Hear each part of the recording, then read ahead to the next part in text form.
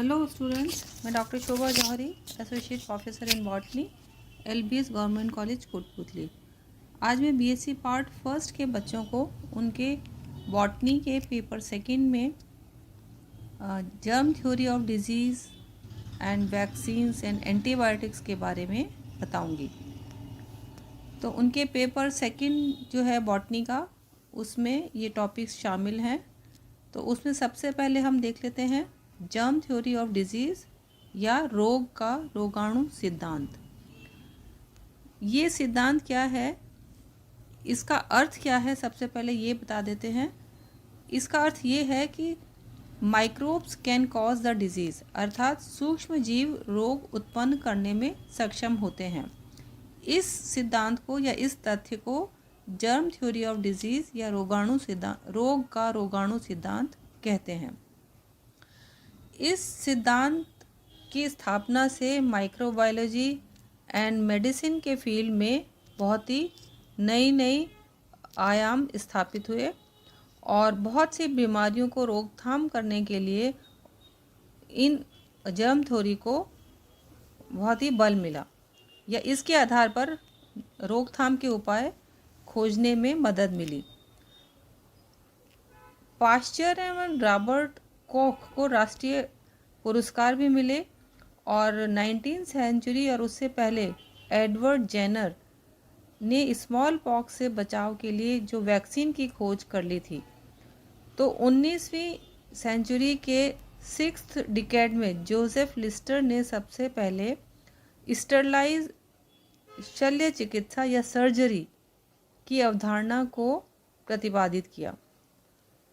प्राणियों एवं पौधों में होने वाले रोगों के कारकों की पहचान का कार्य भी इस डिकेड तक आरंभ हो चुका था और इस दिशा में सबसे पहले कुछ कवक वंशों की पहचान इन्फेक्शन एजेंट के रूप में की गई और साइंटिस्ट एगोस्टिनो बस्सी ने 1836 में यह प्रदर्शित किया कि एक फंगस से कई सिल्क वर्म में रोग उत्पन्न होता है। दूसरी तरफ रोगाणुकारी के रूप में जीवाणुओं की प्रमुख भूमिका का सर्वप्रथम निर्धारण रॉबर्ट कॉख ने 1876 में एंथ्रेक्स बैक्टीरिया नामक रोग के उदाहरण में किया था। कॉख ने सबसे पहले ये बताया कि पशुओं में खुरपका या एंथ्रेक्स नामक रोग एक स्पोर प्रोड्यूस करने वाले बैक्टीरिया बेसिलस एंथ्रेसिस के इन्फेक्शन के कारण होता है। इससे पहले डेवाइन नामक एक एंथ्रेक्स रोग का कारण मृत पशुओं के रक्त एवं विभिन्न अंगों में कुछ रॉड शेप्ड ऑब्जेक्टिव्स की उपस्थिति की सूचना दी गई थी तथा उससे ये प्रदर्शित करने का प्रयास किया गया कि भेड़, गाय एवं अन्य पालतू पशुओं में होने वाले एंथ्रेक्स रोग का संचरण प्रमुखतः इन रॉड शेप्ड संरचनाओं के द्वारा ही होता है और इन्हीं को आगे चलकर कॉख ने बेसिलस एंथ्रेसिस नामक बैक्टीरियम के रूप में पहचान दी। कॉख ने इन रॉड शेप्ड संरचनाओं को संवर्धन भी किया, अर्थात उसको कल्चर किया और ये पाया कि इन ऑब्जेक्टिव्स का मल्टीप्लिकेशन बहुत ही शीघ्र गति से होता है, जिससे कि इन पशुओं में इन रॉड शेप्ड स्ट्रक्चर का इनॉकुलेशन करके और उसको टेस्ट किया गया तो उन सभी पशुओं में ये रोग फैल गया।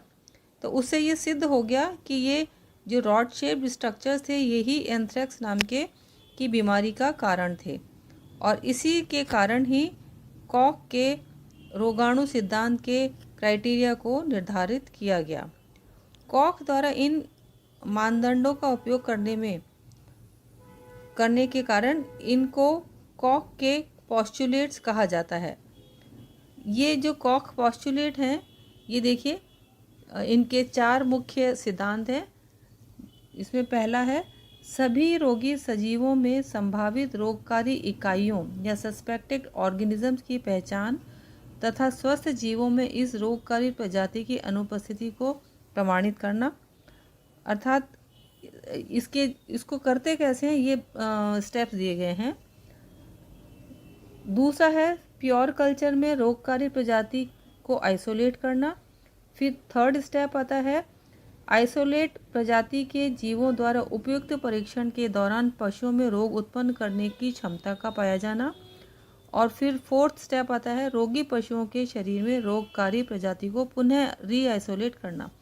तो कॉक्स पोस्टुलेट को प्रतिपादित करने के लिए ये 4 स्टेप्स किए जाते हैं। सूक्ष्म जीवों के अध्ययन हेतु सशक्त एवं सुव्यवस्थित प्रक्रिया की परिपालना 1879 से 1889 के बीच आरंभ हुई थी।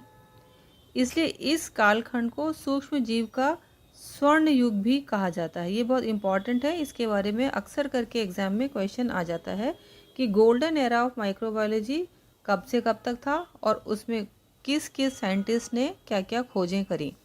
तो देखिए इस दौरान अनेक जर्मन माइक्रोबायोलॉजिस्ट ने ट्यूबरकस बैसिलस के अलावा cholera, vibrio, typhoid bacillus, diphtheria bacillus, pneumococcus, staphylococcus, streptococcus, meningococcus, gonococcus एवं टेटनस बैसिलस इत्यादि बैक्टीरिया की खोज करी।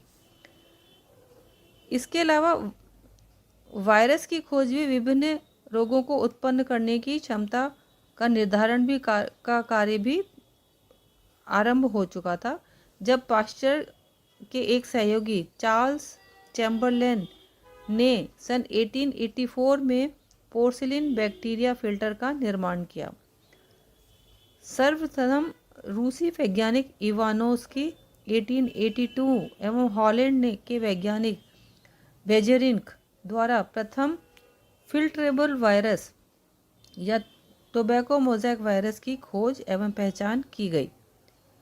वहीं दूसरी ओर लॉफर एवं फ्रेश द्वारा पालतू पशुओं के खुरपका एवं मुंह पका रोग के लिए उत्तरदायी फिल्ट्रेबल वायरस की खोज की।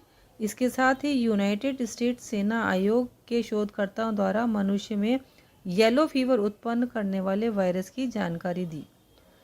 इसके बाद इंग्लैंड में ट्वार्ट एवं फ्रांस में डी हर्ली ने 1916 एवं 17 में बैक्टीरिया को संक्रमित करने वाले वायरस की अर्थात जीवाणुभोजी वायरसेस की खोज करी, लेकिन वायरस का सर्वप्रथम क्रिस्टलाइजेशन स्टैनले ने 1935 में किया। ये थी माइक्रोबायोलॉजी की हिस्ट्री, है ना। ये हिस्ट्री आपको जाननी बहुत आवश्यक है क्योंकि हिस्ट्री पे भी बहुत बार क्वेश्चन बन जाता है। अब देख लेते हैं वैक्सीन एवं वैक्सीनेशन क्या